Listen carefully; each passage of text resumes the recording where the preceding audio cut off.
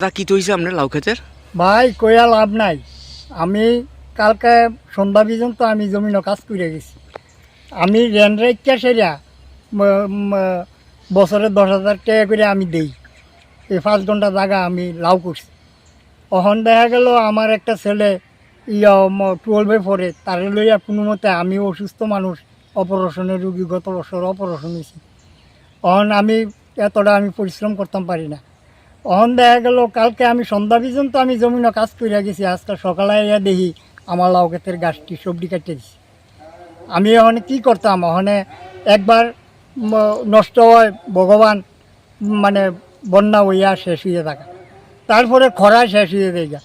অক্ষণ দেখা গেল আমার ওখানে গাছটি এরকমভাবে আমি উঠাইছি, পোলাটা লইয়া এরকম পরিশ্রম করিয়া, ওখানে আমার গাছ একবারে কাটটা ধ্বংস করে দিছি। ওখানে কী করতাম আমি তো আর কোনো উপায় দেখি না। আমি ওখানে রাস্তাত বইয়া গেছি। সন্দেহ হয়নি কারোর?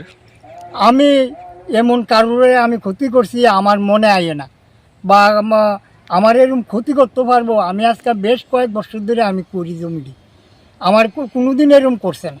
এখন দেখা গেল মানে আমার লাউ ক্ষেত্রে এরকমভাবে ধ্বংস করে দিল। এই ফুল করা আইতাছে। আপনার নাম কি? আমার নাম হরিধন দেবনাথ। এই জায়গাটার নাম কি?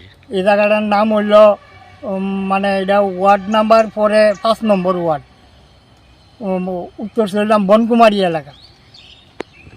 এটা কি আপনার নিজের জমি না তো? না, এটা আমার নিজের জমি না। আমি এটা বছরে আমি 10,000 টাকা করে আমি দিই, লিজ দিয়া দিয়া আমি লিজ দিয়া আমি করি। এখন কি চাইতেছেন আপনি? এখন যদি আমি সরকারের কাছে এটাই আমার আবেদন, ন্যায্য বিচার হোক। ওখানে আজকে আমার হয়েছে, কালকে আরেকজনের হইব। তো আমার মতো কৃষকরাই তো এভাবে ক্ষতি করব, যাতে এরকম না হয়। আর আমি কিভাবে বাঁচতে পারি, আমি ন্যায্য বিচারটা আমি চাই। আপনার ছেলেও তো দেখি বাজারে মানে বিক্রি ওই করে। তো, আমি অসুস্থ মানুষ, আমি পারি না। ছেলেটারে লইয়া টুকটাক এডি করি, বাজারও বইয়ে বইয়ে। আমি কোন স্কুলে পড়ে আপনার ছেলে? চললাম হাই স্কুলে। Higher secondary? হ্যাঁ, নাম কি? নাম কি? আকাশ দেবনাথ, ক্লাস 12-এ পড়ে। আপনারা পিতা পুত্র দুজনে মিললে লাউ গাছ করছেন? মিললেই লাউ গাছটিকে খাট্টা করি।